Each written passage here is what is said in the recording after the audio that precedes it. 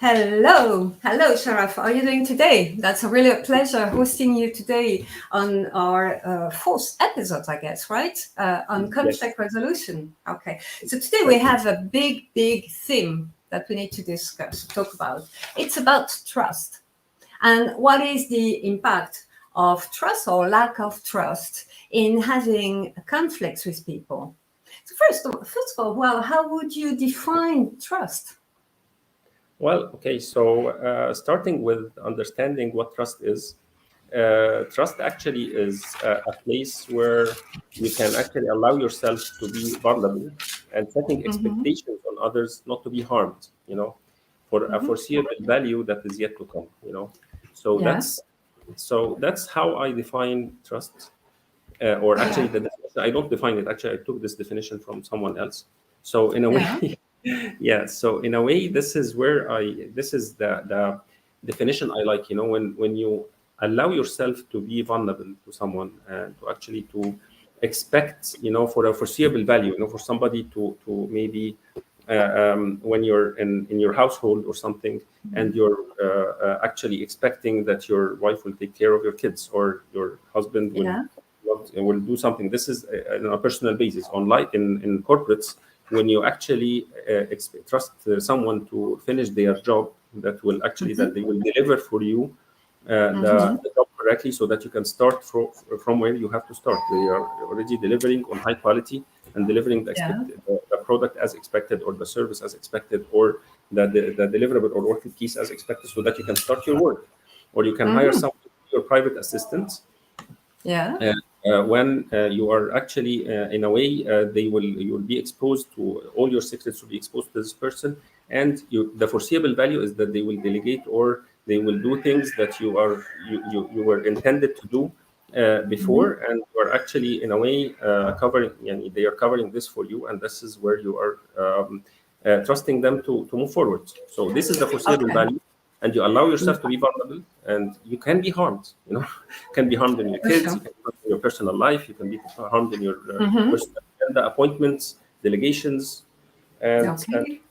yeah. But there are expectations here. All right. For sure, there are expectations, and the question is, well, what has trust to do with conflicts? Okay.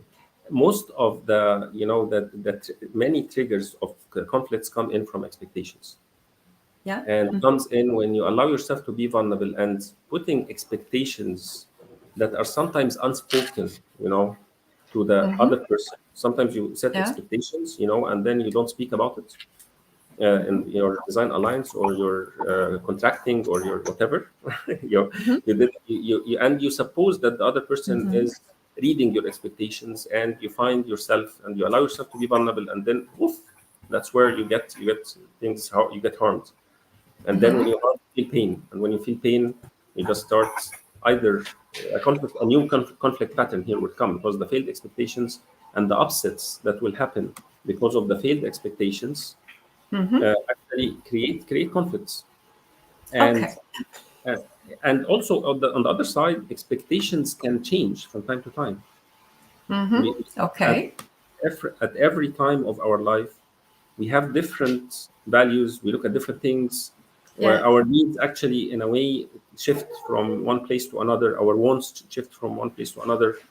Life is ongoing, transformational, and changing. And it's something that's, it's a systemic thing. Can't avoid it. So All right. the expectations on both sides may differ. The competences Okay. on both sides can be different. As well, the foreseeable value that I'm expecting from the other side can differ from time to time. I cannot, Okay. even, when you put a job description, it's not static. It is something that has to be revised each and every performance review. It has to be revised each, so that you can reset expectations, and accordingly, growth happens, development happens, and conflicts actually will happen. They are Okay. inevitable. Okay. So we know that there are, well, differences of expectations that can create conflicts. Okay, that can create disagreements or different kind of views. So things can evolve. This is what we said. Okay, Mhm. we said that I heard you saying that, well, trust has to do with allowing ourselves or feeling let's say that we can be vulnerable, okay, and showing our vulnerability. Okay, you said, well, it has also to do with the way you delegate. So what are the elements of trust? What are the ones that are really sensitive? Well, okay. I love this, definition where the elements of trust are brought to be three main elements of trust.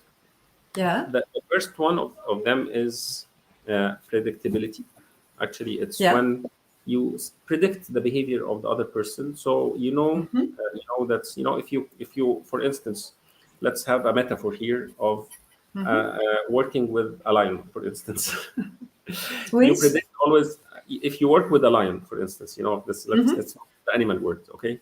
So Mm-hmm. if you don't predict that the lion, when hungry, may actually look for actually for a prey to start working to Yeah. start working off, it's about them, it's not about you. If you don't predict this and actually have a full trust that this is that he will not eat you if he's hungry, and if you don't treat them well, Mm-hmm. then it's your fault, not the lion's fault. And Mm-hmm. one of the and this here comes a very nice story that comes from a leader who actually learned how to tame lions. And I Yeah. really loved the story that he was telling me, that he in when you tame lions and actually work with lions and their Yeah. work. This is a very successful entrepreneur, by the way, and he's one of my mentors. He told me that when you leave your arm for them to lick it, you know Mm-hmm. the lions have their taste buds and their tongue. When they just lick your arm, Mm-hmm. it's very rough because it removes the hair of their prey, so that they can Mm. bite it, can chew their meat without having the hair in their teeth and their. Okay. So All right. it's Okay. by design. The lion's tongue is really rough, and it So you're removes the saying, hair of the well, it's person when. predictable. Okay. Is that your point? It's So, predictable. so if you actually know that this is a lion, and when he will love you and actually tap you and actually cuddle you and try to lick you, he will hurt you. It Mm-hmm. will cause pain. He will remove your hair. This Mm-hmm. is because the nature Okay. of the tongue is so. It's about the lion. It's not about you.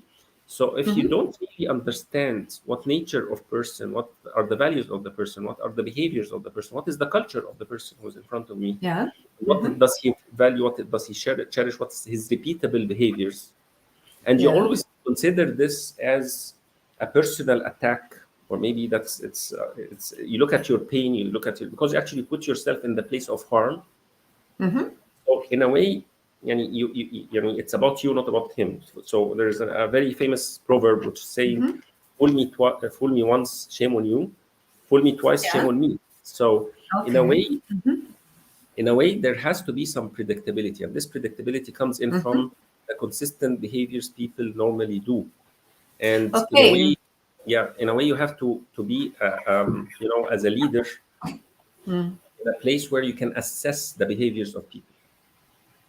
Okay. So you're saying, well, you need to know the people you're talking to, but you also need to anticipate what are their needs and potentially the way they will behave. So what are the risks as well that you have? Right. Yes, yes. Yeah. Okay. So, Tell me so, about. Mm. mm. So for instance, when we're working with a newbie, or somebody who's joining, a new employee who's joining or something, you have to Mm-hmm. actually let them tell you stories about themselves.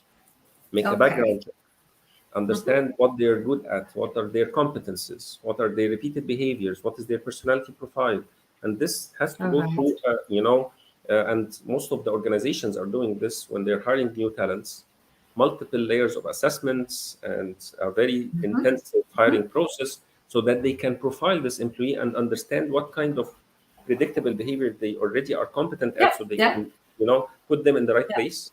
And on the other side, what is the places where they can actually develop, and their interests and needs, so that they can actually put this the core competences that they are having, and their potential development tracks, and link them together in a position that can allow this growth to happen. Okay. Okay. So And when you predictability. talk of you're talking about dependability, Yeah. so it's mutuality of interest. What do you mean by that? Okay, dependability here, it's about that I can really leave my back for you. I can depend on you. in a way that Okay. you can Okay. do this. You really, and this Mm-hmm. comes in from two things, the competency of the person that's in front of you, and this comes in from predictability and the Yeah. level of trust that they will finish and deliberately get things done the way that you want it to be done. And this has Mm-hmm. to be, to set expectations correctly with the person and make Mm-hmm. sure that they deliver on the quality and the checklist that you have. And this is where checklists, performance reviews, understanding, and actually here it's this amazing, situational leadership program of Ken Blanchard. This is something, that the different roles of managers, from directing to mentoring to coaching and supporting and delegating, Mm-hmm. and this is where you can depend on people when, and here you need to know when to pull off your guards until Mm-hmm. you make sure that this person is fully delegated to finish this, and you really only ask about the measurable metrics. But Yeah. before that, you will need actually to be involved, and what level of involvement that you need, what level of directing that you need, what level of support that you are going to give. These are questions, very important questions the leaders have to put, Yeah. or depending on others, that they will finish things the way the organization needs. It's not only Mm-hmm. about me, it's about the organization and its culture and what's needed to be done according to. And this is For actually sure. where most of the leaders fail, especially young leaders, when they actually consider that, whoever they hire will think the way they are thinking and they will do Mm. things the way that they are doing. And here, to depend on someone, it needs a lot of communications, lots of conflicts, lots of, and Mm-hmm. this kind of this amazing, model of, the team forming, storming, this, that there Yeah. is a Yeah. Yeah. For sure. phase where, before depending on you, we will have to have our conflicts, and here we need to know how to deal with these conflicts so that I can depend on you, and you can cover my back in that. All right. Okay. And so once it is done, I mean, once you feel that, okay, the person, you can predict his behavior, you can predict, you understand that, well, you can trust that person enough, to be, well, to know that he or she will work for the good of both, I would say. What about the face? Okay, this is a subjective experience of the future. This is something that we can't help ourselves, not to think about it. It's the emotional, subjective experience of the future, that Mm-hmm. we are still together, that we are still in this boat together. Nobody of Right. us will actually sway from the mission that we started together. And even if Mm-hmm. this, we will have, I'm having faith that you will come back to me, and we will have to rearrange or reorganize our Mm-hmm. agreements, expectations, and the foreseeable value that we are working for. So So you that. will not leave me vulnerable and just, Mm-hmm. actually go for a competitor, or maybe have your own plans, and cut off, business from the organization, and do your own company, open your own company without telling me. Actually, there is exposed vulnerabilities, and we are projecting this for the future. It comes in like, partnering in a business. Partnering in a business, Yeah. to select your partners, you have to do extensive interviews and extensive discussions, design alliances, to make sure that you are looking both at the same thing. Because Yeah. if you are Yeah. not doing this, if you don't have this kind of sharp, Mm. looking to the future and projecting the future together and seeing the same picture together, in a way, you will have lots of conflicts, that you actually, both of you are predicting and want to see things differently from the organization. They want to see the organization growth in different, plans. So if you Yeah. don't communicate well, your vision for the future, and then have faith that this will continue to happen, and that people are transforming and changing, knowing that, Yeah. so Yeah. this is Yeah. where things is doing, this, it's something very energetic, very subjective, very emotional. Yeah. Yeah. I think that very often what we see happening is the fact that in organizations there are a lot of hidden agendas. Okay. Mm. There are a big difference between the agendas that are being declared openly and the Yeah. ones that are really working underlying. So was wondering, well, looking at this, some of the people talk about, about other elements of trust, like in behaviors, you talk about coherence, or you talk about openness, you talk about reliability, things like this. So at the end, we can say that there are many elements contributing to trust, okay, and to that help to build trust or to generate mistrust.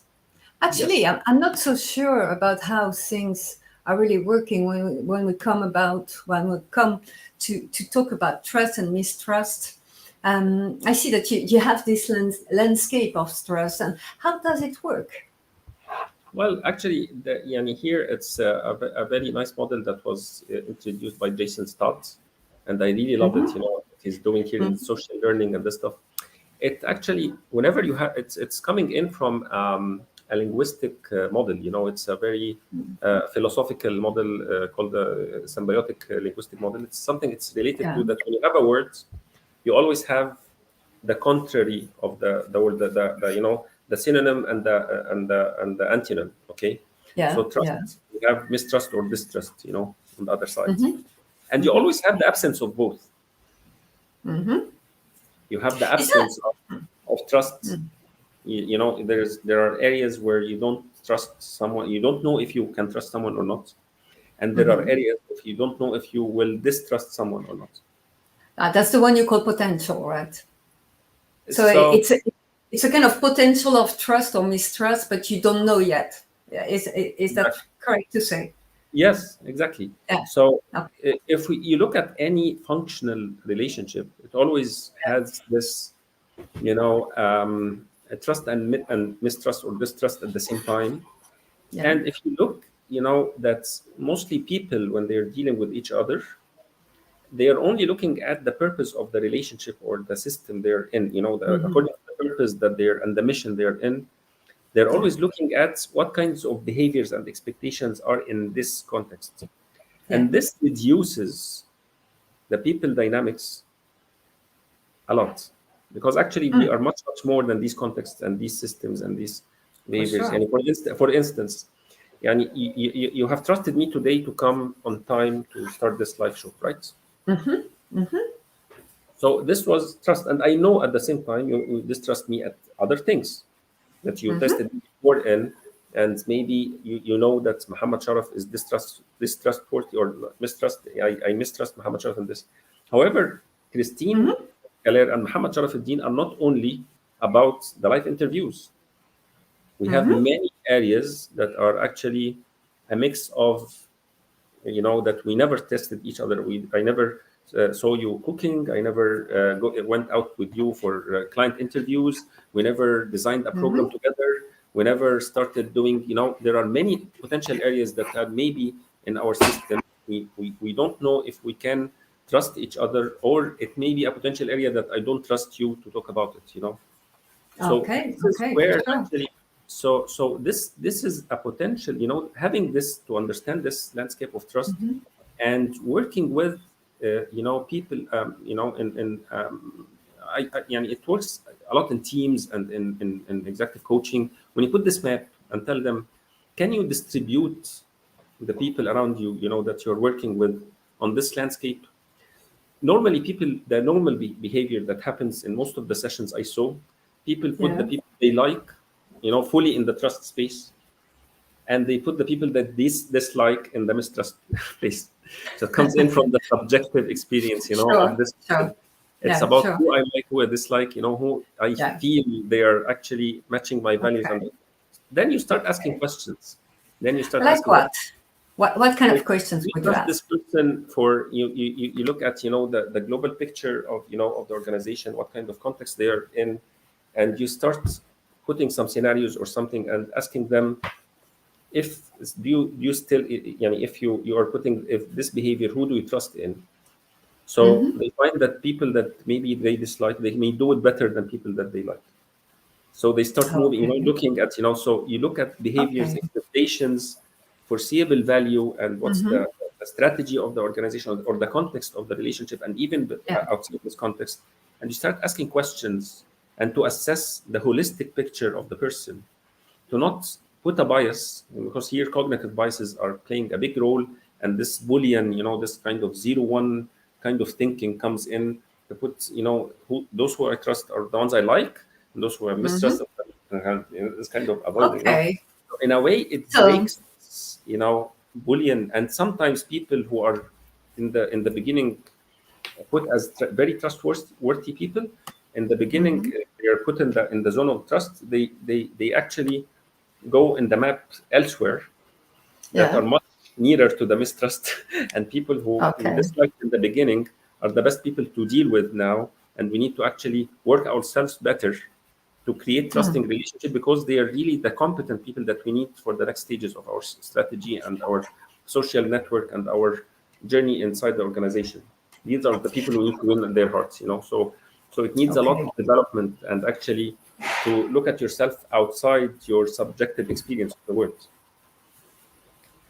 Yeah, and what I find really interesting here is the fact of moving from my own liking or disliking of people to what are the tangible, let's say, factors that make me trust or mistrust someone.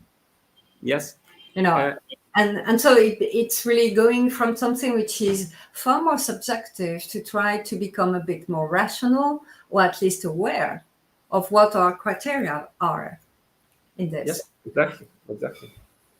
I guess that could help a lot managers in managing people, because moving away from certain kind of biases, Yeah. like, well, I'm going to promote people or give interesting projects to people that are more similar to me.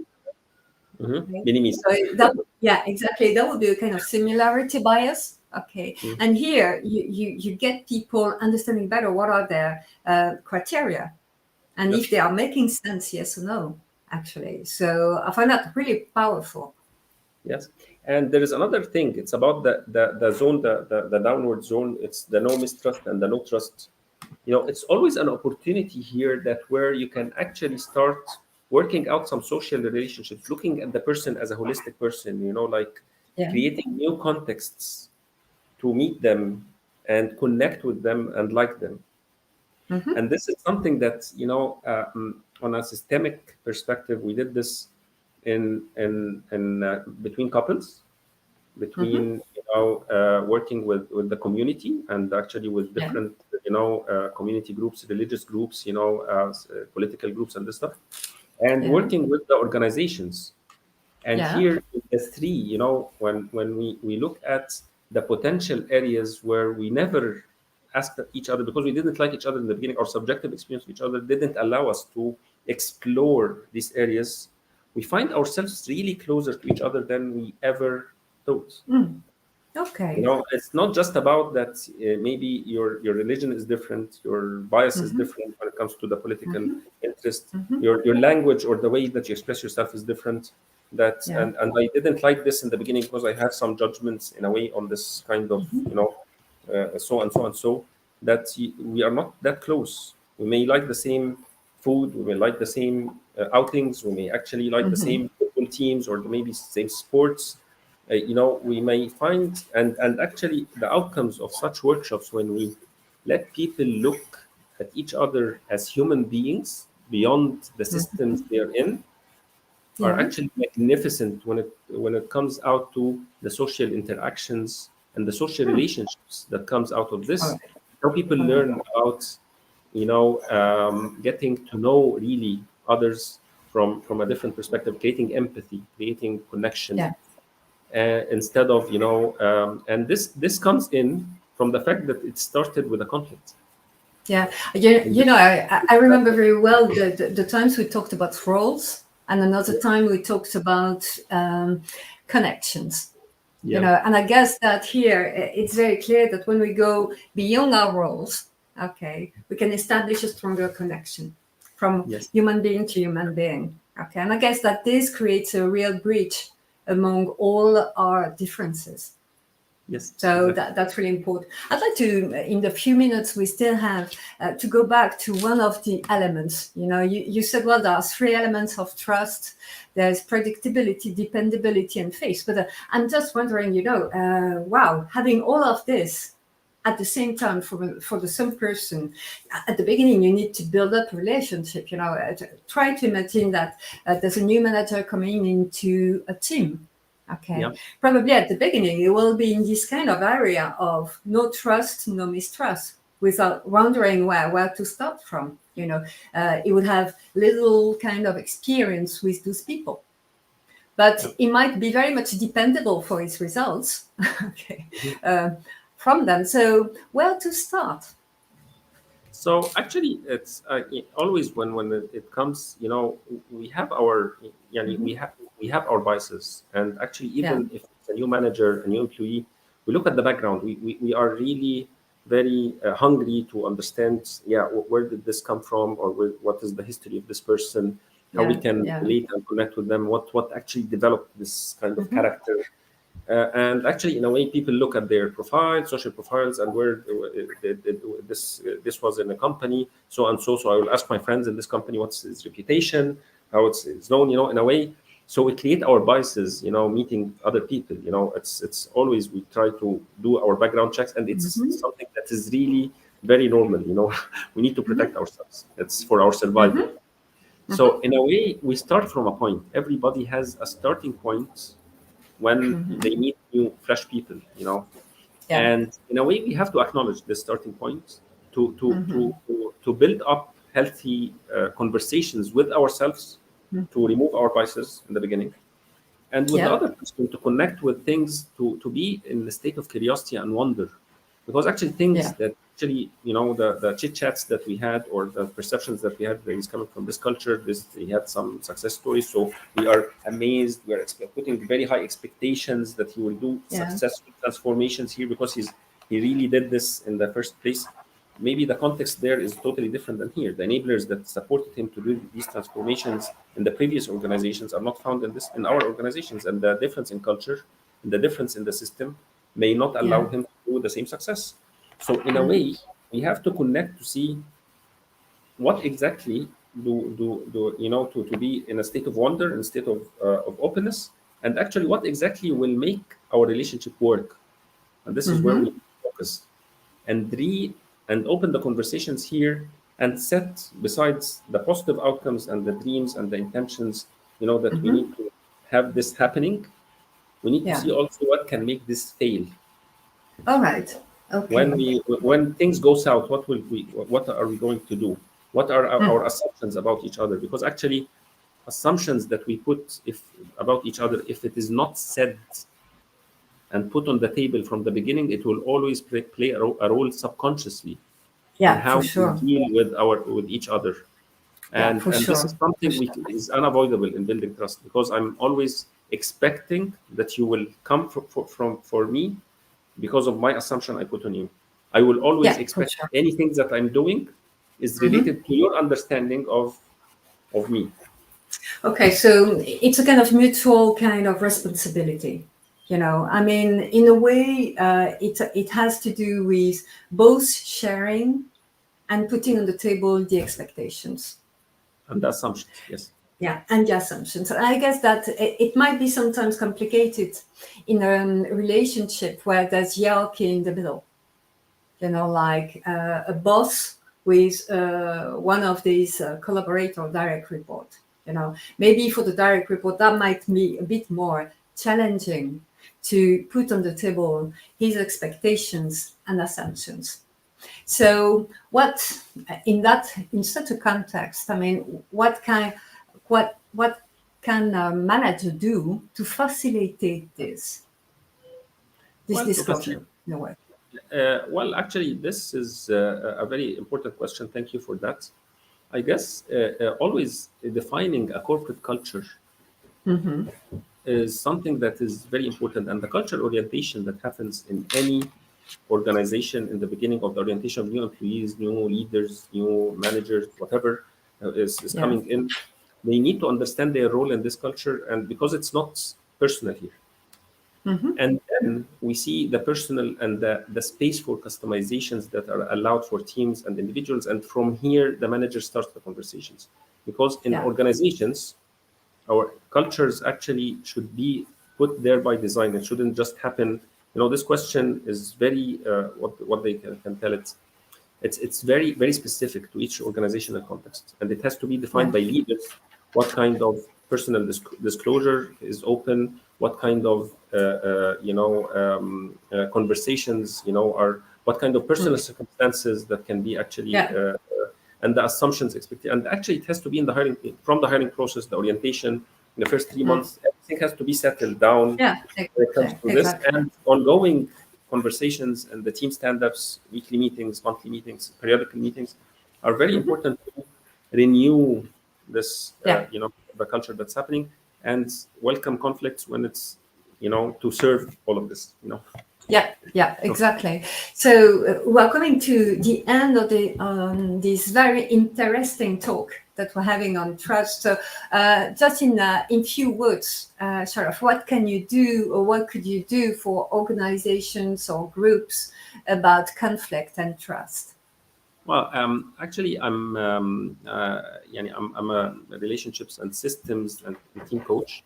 I support organizations to understand more about the team dynamics, about their culture, about their leadership styles, actually the conflicts and the executive board or the board of directors, and actually allowing teams to function better and to get more aligned with the organization context and their essence, what they're actually here for, and actually support them to build better behaviors, better performance, and better alignment, and decrease their entropy, or the waste of energy that comes in from unsaid, unspoken, unspoken words. So I just open safe spaces for teams to actually voice out, put the conflicts in, and learn about their conflict patterns and really serve the organization essence. So this is what I'm doing. Wonderful. So it has also a lot to do with building sustainable organizations. Thank you very much, Sharaf. Thanks to all of you guys that were listening, and see you next time. Okay. Thank you. Bye-bye.